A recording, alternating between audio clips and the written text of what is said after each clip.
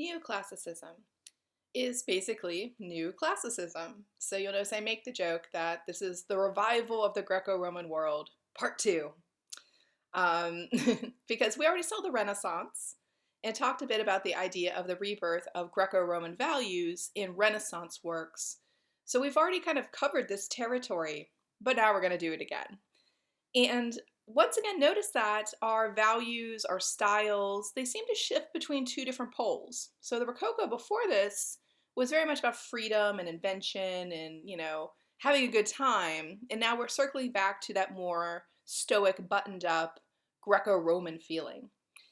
Now, we talked about Enlightenment values, and I mentioned that the Enlightenment often is viewed as the time period that neoclassicism as an art style is within. So again, you have to kind of be careful about understanding that Enlightenment values are embedded, right, in neoclassical artwork, but that we look at neoclassicism as an art style. It's not really about the time period as a descriptor. It's again really about the art style. So this is where I talked to you about Enlightenment, which is again more the values of the time period with a little bit of art thrown in like grooves. But then, you're also thinking about the actual art style here with neoclassicism. So hopefully that helps understand a bit about the classifications. Now, what is neoclassicism? It's a lot of things, as you can see from this list. It's very, very serious. As a movement, it's the polar opposite of what the Rococo was. The Rococo was fancy-free, no rules, and I said it was like eating a lot of cotton candy, or a lot of cookies, or a lot of cake. You're gonna feel sick later, right? Well, then you're gonna have to eat your broccoli, right, and get your vitamins. So to me, neoclassicism is the logical movement that comes afterwards because it's about morality, it's about order, it's about dedication. So again, if you think about what governs neoclassical thought, they said you should have a moral society.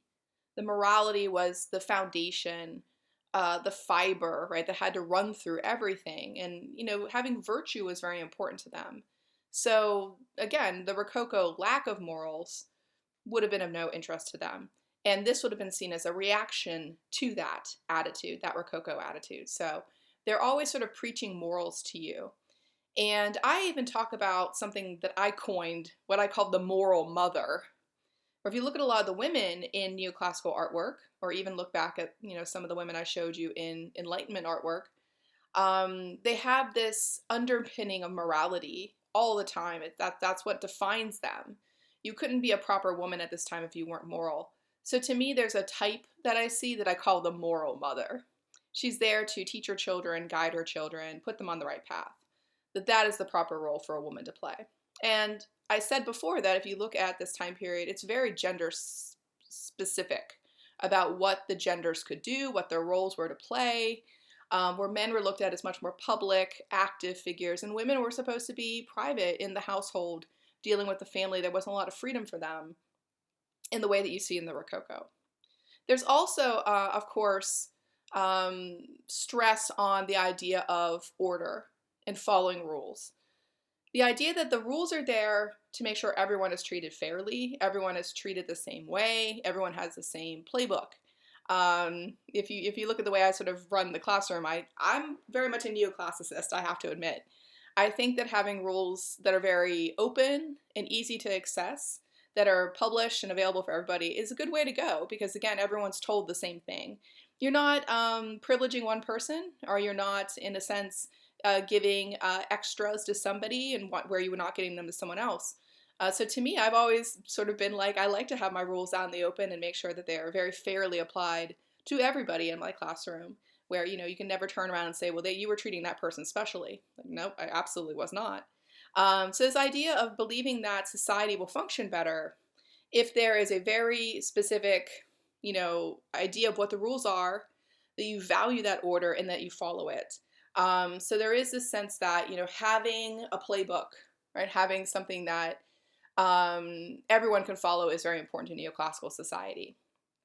They also believe very much in dedication and sacrifice. The idea that sometimes for society to move forward, a big sacrifice would have to be made. they often will show this in art as a personal sacrifice that is going to be for the good of everybody else. So if you think about neoclassical society, they definitely privilege the group or the community over the individual. Where to them, the individual, if you lose one individual to save the rest of the society, they would think that's okay.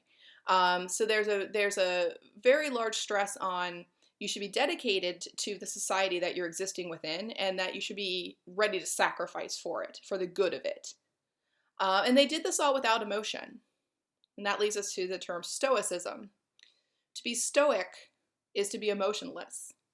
It comes from, of course, the Greek Stoic philosophy, which basically argued that your emotions are dangerous, that your emotions make you make bad decisions very often, that your emotions will cloud your judgment. So Stoics believe very strongly that you don't make decisions based on emotional reactions. And again, I'm kind of a fan of this as well. I think that often when we're reacting in a moment, we're reacting from a place of emotion, anger, affront, disrespect, all these things we're perceiving. But if we spoke to someone maybe about that disrespect or that anger at that time, maybe we might not be very clear-headed, right, about our thoughts. So I always say the best thing I think you can do when you're angry about something is to think on it for a while. Give it at least 24 hours. Give it a good sleep. And then see where you are with it. I often, when I have to contemplate like big decisions, I give them multiple days, because I find my thinking will change over the course of time, where I'll be very angry about something or very affronted about something. And then if I sit on it for a while, I can think about different reasons why maybe, this person's doing this way, whatever, and think of different approaches even, where maybe I would have went in to talk to someone kind of hot, and then I give it a day or two and I'm able to have a very polished way of still voicing my concern, but not in a way that's emotional or can be undermined. It's very much, coming from a practical place. So the Stoics said, you should view your emotions as dangerous. So when you look at the kind of sacrifices or rule following that neoclassical people do, it's always done also with no emotion. Again, that's why I compare this to like eating steamed broccoli, because if you like kind of high drama and emotion and that kind of stuff in your art, yeah, you're not going to get it here. It's very buttoned up stuff, at the end of the day. So, again, they were like, you have to sort of be grounded, right, in all the decisions that you're making. Your emotions will lead you astray. And to be very pointed about, again, the swing of the pendulum. So Rococo swings to Neoclassicism. Neoclassicism will swing to Romanticism. And guess what romantics will love? They'll love emotion. My made-up quote for them when I describe them, something that always helps me think about them, I say, we don't think, we feel. That's the romantic motto to me. So, again, keeps on swinging back and forth. So if you don't like Stoicism, just wait, because we're going to get to Romanticism coming up. You'll also notice with neoclassical artworks that they're often very what we call didactic. They teach lessons. Didacticism is meant to express you're teaching somebody something. So these are usually meant to be teaching artworks. They're hard for students sometimes because they deal with a lot of old stories, and stories that they may not be very familiar with, mostly from Greece and Rome. So there's a lot of storytelling within these pieces and a lot of background information in these pieces that would have been more known to the people of this time, right, to the end of the 1700s into the 1800s. But for us today, it might seem a little heavy. You're learning these stories, but again, neoclassical artists thought they needed to teach you something. They needed to have a value behind the kind of artwork they were presenting to you. Very different, again, if you think about it from the Rococo, where the fête gallant was just about having a good time. And finally, you'll notice a lot of neoclassical artists, they work for the government. One of the main sort of things that's often said about neoclassicism is it was often used as a tool for governmental support. So you'll see painters who work for like Louis XVI, who's the French king of the time, and so forth. So a lot of artists make their paychecks saying government's good, you should support the government. And why were they being asked to do this? You have to think back to what I talked about in the Enlightenment lecture, that this was a time of revolution. This was a time of the French Revolution, in the American Revolution. So why were governments asking painters to support them? Well, they were very much afraid of what was to come. Notice I mentioned that Louis XVI will have David paint for him. We all know what happened to Louis XVI, right? Off with his head. So the revolutionaries will get him. So he tried, though. He tried by having a nice piece of didactic government propaganda. Now, the painting I always show you to illustrate all these points I just talked to you about Neoclassicism, is David's Death of Socrates. David, by the way, is one of the most famous neoclassicists. He is a French painter, and basically his name is synonymous with the movement. If you're talking about neoclassicism, you've got to see some David. Not David, notice, it's David, because he's French. So make sure you say it right. And the Death of Socrates piece, I think, helps us see those principles in action. If you don't know the story of Socrates, I mentioned a lot of these pieces are didactic, but, again, contemporary viewers sometimes don't know the stories. It's a story of a philosopher who's condemned to death. Socrates, he was known for going around in Athens, which was his home city-state in Greece when he lived, going around in Athens and talking to people about philosophy. And his method is what we now call the Socratic method. It's where you ask people questions. So if you've ever had a professor who will just look at you in class and be like, you, blah, blah, blah, and you're like, okay, I'm having a slight heart attack because I didn't know you were going to ask me a question, and who the what now? Like, what? So if you've ever met a Socratic professor, they often can give you a little bit of a heart attack because they just randomly ask people questions. And he was known for this. He was known for walking around Athens, and he would just ask people, like, what do you think love is? What is love? What is anger? What is hate? He would ask these open-ended questions that don't really have an answer. And he would ask them of all kinds of people. He'd ask them of like a sheep herder and then, a legislative aide or somebody. He didn't really think it mattered what part of the hierarchy you were in. He just wanted answers. And so that's really what he was known for. But he also was known for speaking about the gods and saying, well, he wasn't really sure there were gods. And Greece was a polytheism, so they had a lot of gods. So he's probably one of the first noted atheists / agnostics, because we're not really sure whether he was saying there is no God or if he was just questioning the gods. To be an atheist, by the way, you say there is no God, period, end of subject. To be an agnostic, you say, I'm not really sure what's going on. I'm not really sure. But he's thought to be one of the first that we kind of talk about historically that asks these questions. The government of Athens fears he's corrupting the youth. So any time I ever see someone like, well, they're corrupting the youth, I'm like, someone's always been corrupting the youth. Don't worry about it. The youth will do just fine. So he was corrupting the youth. And so he was put on trial for the corruption of the youth of Athens. And I won't get into how trials were done at this time, but they weren't very fair. Let's just put it that way. And he's sentenced to death. Now here's the kicker, though. Each city-state of Greece had its own governmental system. So you could live in Athens or Sparta or Thebes. There were many different Greek city-states. So when he was sentenced to death, a lot of people said, well, just leave. Basically leave Athens, become an outcast in a sense, flee your home city-state, but go live somewhere else so you can live, right, and still preach your philosophy. And here's where it gets very neoclassical. Because he says, no, I won't leave Athens for a couple reasons. He said, who am I to say I am above the law? So this is where we get into following rules. He says, who am I to be above the law? Why does the law not apply to me? What makes me special? And he says, I will not undermine the system of government in my city-state for myself, for special privilege. He's like, that's how you get anarchy. Right, is how if you say the rules don't apply to me. So think about this. He dies because he's about principle. It's pretty heavy if you think about it. He could have left. He could have saved himself very easily. But he says, no, that's how you invite anarchy into your societies, is saying, I'm above the law or you're above the law. And then everything starts to break down. And then why do we even have rules? So this is why I joke as a professor, I'm kind of neoclassical about rules. Because, people always say, well, can't I just have 3 more days or 2 more days or an hour? And I'm like, now, what made you more special than those people?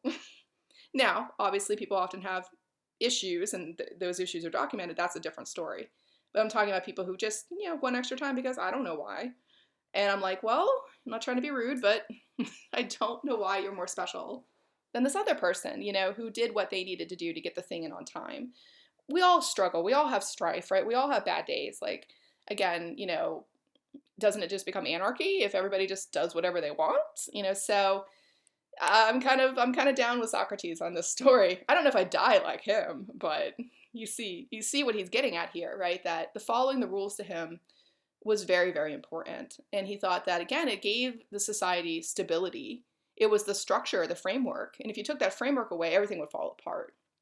So they're like, leave, go. And he's like, no, I won't do it. He's going to dedicate himself. He's going to sacrifice himself for this principle in a sense. And if you look at the painting, he's doing it very stoically. There's no emotion on that man's face, not a hint, right? He's still lecturing, by the way. If you look at him, he has his hand up in the air with the finger raised. That's the old classical lecturing sort of notation, right? That when people used to step in front of crowds, they'd raise their hand and they'd raise the one finger like, I'm going to talk.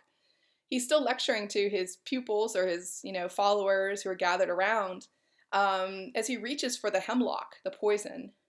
And knows that everybody around him is his counterpoint. Everyone around him is emotional. They can't look. They're crying. His wife is being let out in the background because she can't watch him die. It's just, the wringing of hands and the gnashing of teeth and the tearing of hair. And he's just solid as a rock, stoic, right? I also want to mention, by the way, though, because it's Neoclassicism, a lot of this is idealized. So notice that he has like the best abs I've ever seen on Socrates. So just a little, you have to realize that Neoclassicism also makes things look very perfect because it really is a perfect vision of how things should work, the order of things, right? I'm not going to lie and act like this is truthful to a lot of reality that we experience. But, again, it's this vision of a very perfect world where rules are followed, dedication is foremost, right? We do this with honor. We do it without emotion, right? I think this story to me sums up a lot of what Neoclassicism really is. And I'll show you another David work, which is Oath of Horatii, his much more famous work, I think. But I think this one is my favorite for just all of the principles of Neoclassicism being addressed in one painting. Another thing that the Neoclassical was very famous for, and also molded and shaped the kind of subjects that you see from the period, is what we call the Grand Tour. And the Grand Tour was people leaving Europe, so France, Britain, etc., and traveling to the areas of the Greco-Roman ancient world. So they would travel to Greece, they'd travel to Italy, and they would tour around, hence the Grand Tour. They would tour around to see all the ancient monuments. And it was thought to be a cultural finishing in a sense. Mostly wealthy people did this, people with money. But it was thought to be a way to advance your cultural finishing, might we say. I think of it sometimes as the equivalent of study abroad today. A way to go out in the world for a semester and say, I've come back with all this culture. And I'm not trying to be an ass. Again, I believe in travel. It does make you cultured. But again, it is also, I think, sometimes used as a status symbol of look, I've gone and seen these paintings, right? And at this time, it definitely was being used that way. It was being used to suggest social finishing, cultural knowledge. So these people would go off on the grand tours. Even painters often and other artists tried to go out on these grand tours. Like David, for instance, when he was at the Royal Academy of Arts in France, there was a prize you could win called the Prix de Rome, where it basically gave you a grand tour for free. It was like an all expense paid grand tour. And he won that. And he went on the Prix de Rome. He went on this grand tour. And one could think that only influenced and helped him create the neoclassical settings that you see in his paintings. So again, upper class wealthy people were doing this. And then you could look at also, different artists who did this as well. And they would make these paintings we call veduta paintings. Veduta in Italian means view, V-I-E-W, view, a view painting. And to me, they're very similar to when I was growing up, postcards And today, for you guys, more like Instagram shots. So people travel somewhere and they want to document that and, in a sense, show off a bit, like I was here, I was there.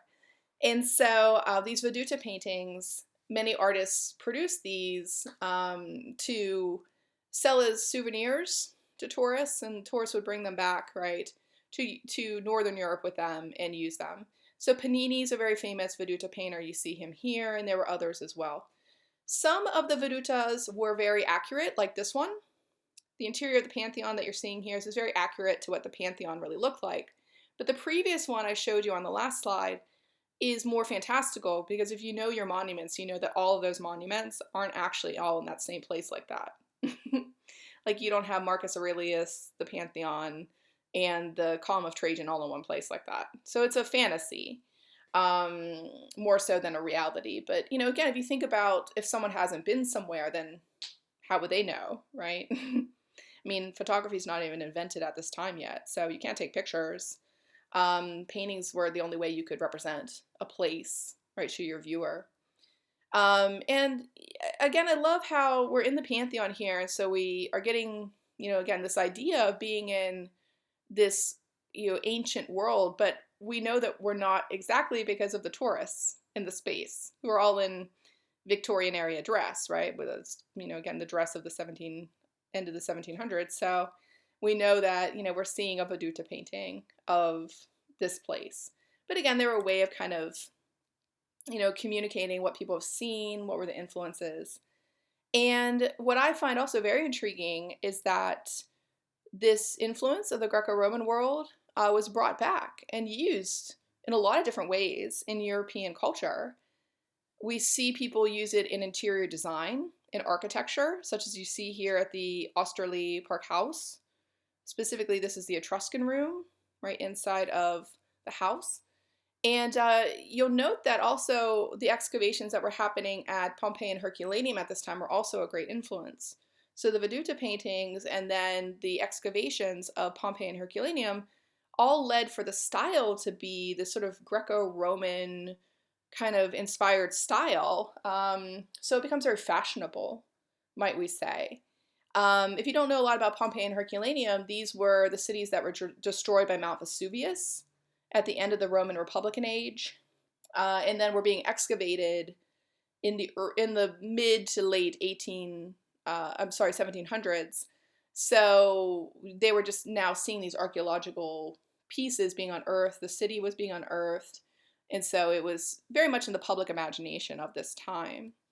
And if you compare and contrast Rococo rooms, or Rococo architecture, let's say, with an Etruscan-inspired room or neoclassical room, hopefully, again, you can see that we've swung back in the other direction. We had the Hall of Mirrors compared to the Princess Room. Now we're comparing the Princess Room to the Etruscan Room. Notice we've moved back towards like primary colors, geometry, very linear, very logical layout of design. So we're going back in the other direction, leaning away from biomorphics and pastels and things like that. So fashion always kind of swings back and forth. And I love how even fashion started to be inspired by Neoclassicism, where they started to build architecture and design rooms, but also the people living in these rooms started to almost play dress up. And this is something I've always been really fascinated with as an art historian, that there's sort of almost like a fantasy edge or a dress up edge to discovering cultures. There's something very romantic about it. So the next movement we're going to talk about is Romanticism. I'll get to talk more about that then. But the fact that these women, they wanted to dress up like Roman ladies. The couch that she's on is a very Roman-inspired couch, what they call these feasting couches or relaxing couches. So this idea of, in a sense, almost wanting to behave like you're living in that world. There's something very, sort of titillating and intriguing about that I can't help but love. Now that you have a grounding for Neoclassicism, right, we're going to go ahead and look at some of the prominent art pieces from the movement.